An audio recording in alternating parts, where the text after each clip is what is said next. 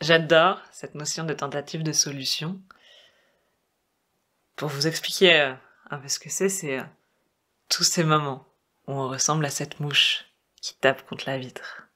Cette mouche, elle est vraiment capable de taper au même endroit pendant des heures, en pensant qu'elle va pouvoir réussir à un moment donné sortir. Et si on est honnête, et je pourrais commencer par moi, si je suis honnête, il y a plein d'endroits dans ma vie où je pratique cette stratégie. Il y a plein d'endroits où je pratique toujours les mêmes solutions et je les répète depuis des années en me disant qu'un jour, ça donnera un résultat. Mais la vérité, c'est que ça fonctionne jamais.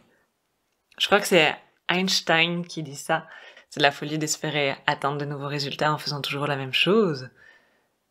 Et personnellement, c'est une situation qui me parle beaucoup. Mais la vérité, c'est qu'il y a plein d'endroits où je suis dans cette folie, en fait. Ouais. Et vraiment, je vous invite à profiter de cet audio pour être honnête avec vous. Où est-ce que vous aussi vous ressemblez à cette mouche? À quel endroit vous répétez toujours les mêmes comportements, alors que vous savez au fond que cette solution, elle vous mènera nulle part? Soyez honnête. Et si vous voulez jouer le jeu jusqu'au bout, je vous invite vraiment à noter cette tentative de solution dans les commentaires juste en dessous de cet audio.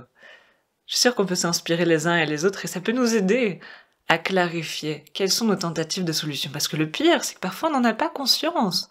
On est dans l'espoir que ça va marcher, on se rend pas compte que ça fait des années qu'on applique la même stratégie et qu'elle ne marche pas. Donc il y a deux niveaux, j'ai l'impression. Parfois on en a conscience et parfois c'est complètement inconscient. Et vraiment, je crois qu'en échangeant entre nous, on peut s'aider à augmenter notre conscience et à trouver d'autres solutions qui peuvent plus marcher. Personnellement, j'avais une belle tentative de solution autour du sujet de la fatigue. J'ai gardé cette pratique-là pendant des années. Et je vous le dis tout de suite, ça ne marche pas. Je vous explique un peu le schéma. Je suis fatiguée. Là, je sens la fatigue qui monte. Et je commence à me juger en me disant que je suis feignante. Ou je vais me dire que j'ai pas le droit de me reposer, que ça sert à rien. Ou t'as vu tout ce que t'as à faire, Aurélie, mais c'est pas possible que tu t'arrêtes en fait. Continue, avance, fonce. Et puis je vais me culpabiliser aussi quand je vais commencer à me reposer. Non mais t'as vu qui tu es, franchement, pour te reposer? Tu penses à toutes ces personnes là qui sont en train de travailler? Et toi tu te reposes. Et toutes ces voix, elles vont parler jusqu'à un moment où je vais devoir caler en fait.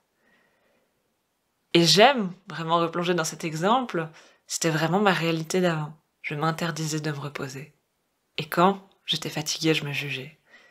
Et j'ai mis des années à répéter ce schéma. J'ai mis des années à croire qu'en me jugeant, j'allais retrouver de l'énergie. Et peut-être que parmi vous, il y en a qui ont ce même schéma.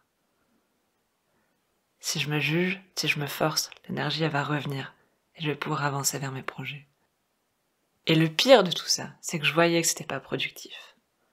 Un peu comme cette mouche qui tape contre la vitre en se disant ça va marcher. Je voyais bien que j'étais de plus en plus fatiguée. Et j'en venais même à être dégoûtée de ce que je faisais, parce que je n'avais plus le niveau d'énergie suffisant en fait pour aller vers ce qui était important pour moi. Et je voyais que je rentrais dans un cercle vicieux, et pourtant je restais dedans. Jusqu'au jour où je me suis dit, et si tu tentais autre chose? Et si tu testais une autre solution? Et la solution, vous pouvez la deviner. Un jour, j'ai remplacé toutes ces petites voix qui me jugeaient par « j'ai le droit d'être fatiguée. J'ai le droit de me reposer. » Et étonnamment, depuis que je me donne le droit, depuis que je suis bienveillante envers moi-même quand je sens de la fatigue et que je m'autorise à faire une pause, à aller marcher en nature, à faire une sieste, étonnamment, je ne rentre plus dans ces cycles interminables de fatigue et j'ai de plus en plus une énergie qui est disponible. En fait, aujourd'hui, je suis en train de nourrir cette croyance et je le comprends là en vous le disant, je nourris cette croyance que j'ai confiance que mon énergie, elle va remonter.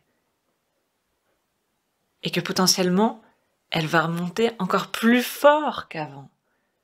Et ça fait une telle différence de se reposer avec cette confiance-là.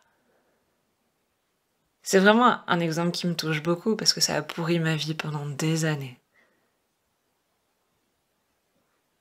Et c'est pas ma fatigue forcément qui me pourrissait la vie, c'est vraiment ce cycle vicieux dans lequel je rentrais en pensant que ça finirait par marcher. Et je crois qu'on est beaucoup à croire que si on se juge, on va avancer plus vite. Si on se juge, ça va finir par marcher. Et on est très peu finalement à faire confiance à la gratitude, à la bienveillance envers soi, pour nous aider à avancer vers ce qui est vraiment important pour nous. Finalement, on se juge quand on échoue, quand on rate, quand on est fatigué, quand on n'est pas à l'aise, quand ça aurait dû se passer autrement. Ça fait des années qu'on pratique cette stratégie de se juger. On voit que ça crée de la tension, qu'elle est improductive, et pourtant, on continue de l'appliquer. Alors moi, j'ai vraiment envie de vous proposer de tenter une autre stratégie. Et si vous deveniez un parent bienveillant envers vous-même? Et si, au lieu de vous juger, vous vous preniez par la main, vous vous souteniez, vous encouragiez? Ça ferait quelle différence dans votre vie, sincèrement?